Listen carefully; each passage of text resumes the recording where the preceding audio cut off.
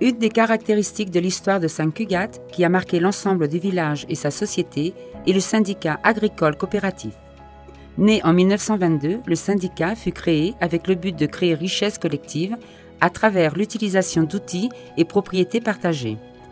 Dès le début, le syndicat devint une entité essentielle de la société de Sant-Cugat qui, aujourd'hui encore, est vue par la majorité de la population comme un signe de vitalité résultant de l'inquiétude culturelle du village du début du XXe siècle. En fait, de nombreuses familles participèrent physiquement dans la construction des édifices du syndicat. Un exemple de cela est la Sala, située dans la rue Saint-Anthony, devant la mairie. Cet édifice fut construit entre 1921 et 1922 par les associés et fut pendant plusieurs années le centre d'activité concernant les loisirs. En 1968, la mairie obtint cet espace et en 1979 s'effectue la première réforme. Juste devant, il y a une cour ouverte et couverte par une vigne sauvage qui justement a ce nom, la Para.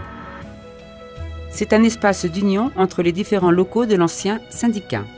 Aujourd'hui, cette cour est devenue un espace emblématique et d'intérêt concernant l'environnement qui accueille diverses activités sociales comme la fête d'Elmost, fête du mou, jus de raisin. Un autre élément identitaire de cette mémoire collective est la coopérative du pain, construite entre 1915 et 1920, qui à l'origine était le magasin du syndicat.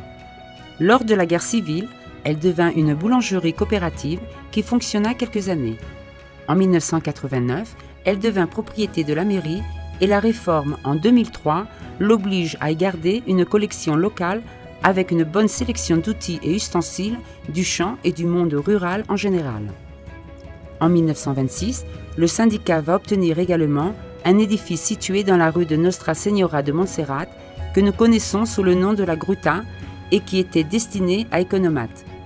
En 1989, il devint également propriété de la mairie et avec la réforme de 1992, il prend la forme actuelle et devient le siège de différentes entités. Actuellement, il a récupéré une de ses fonctions initiales avec l'ouverture d'une agroboutique qui accueille aussi le bureau d'information municipal.